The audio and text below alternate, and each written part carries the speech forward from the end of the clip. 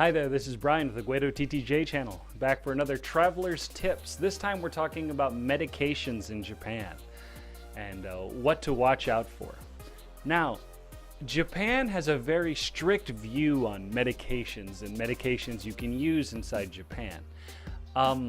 Most medications have a specific weight limit, so the maximum amount you can receive on a certain medication goes up to 60 kilograms. Now, 60 kilograms is like a little over 130 pounds, maybe 140 pounds.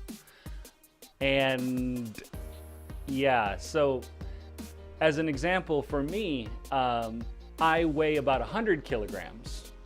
So sometimes when they would, if I were to receive pain medication, it would be for someone who's 60 kilograms. That would be the amount that I would receive. And that's kind of like taking children's Tylenol.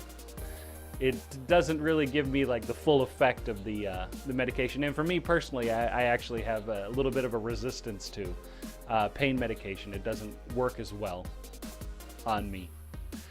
Normally, even from the stuff that I would get in the United States, I'd still have to take like the extra strength in order to get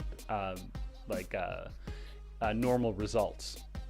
So Japan's views on medication are very strict. So one thing I will say is if you do go to see the doctor in Japan, sometimes they tend to overprescribe, but they're prescribing medications that have all been approved by the Japanese government. So bringing in your own medications, that's where you run into trouble in Japan.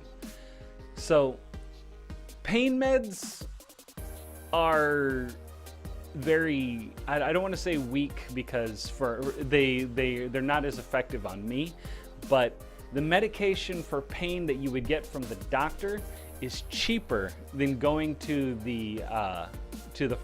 like your drugstore to pick up like over-the-counter pain medications. Over-the-counter pain medications here are quite expensive. So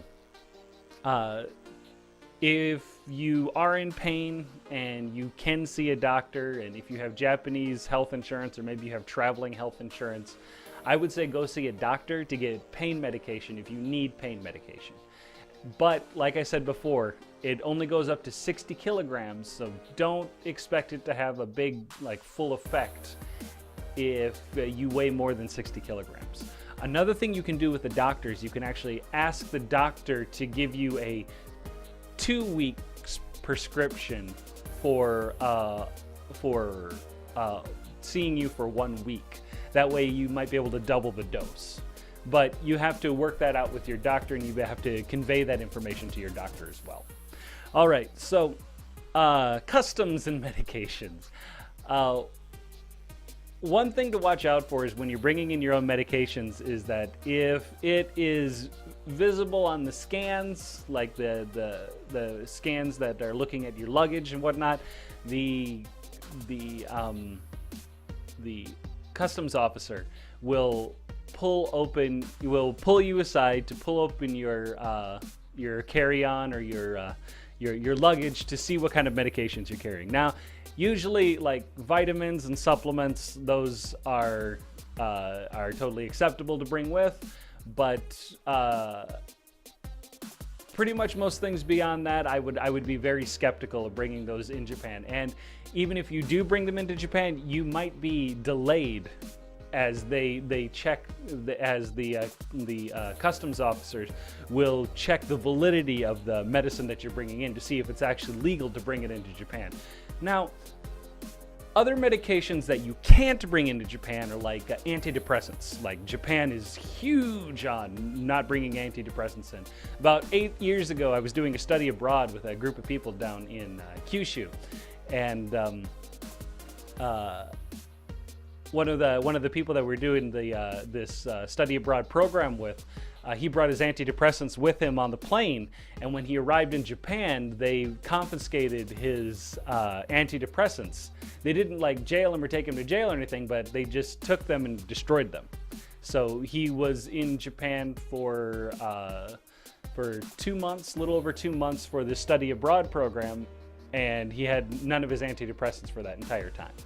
So I would not bring any antidepressants with you, and if you need a specific kind of medication, I would try and see a Japanese doctor here to see if you can get a prescription for it or something else. Now, if you're bringing like blood pressure medication in, I don't see that as being a problem. I haven't heard any stories or anything about people who've actually brought blood pressure medication into Japan to have it confiscated, so I wouldn't worry about that at all.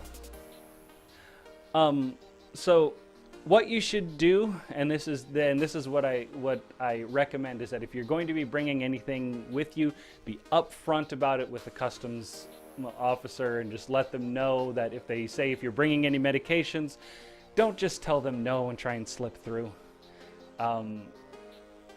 Sometimes it will not work in your benefit if you say no, I'm not bringing anything in, and then you're hiding your antidepressants in there.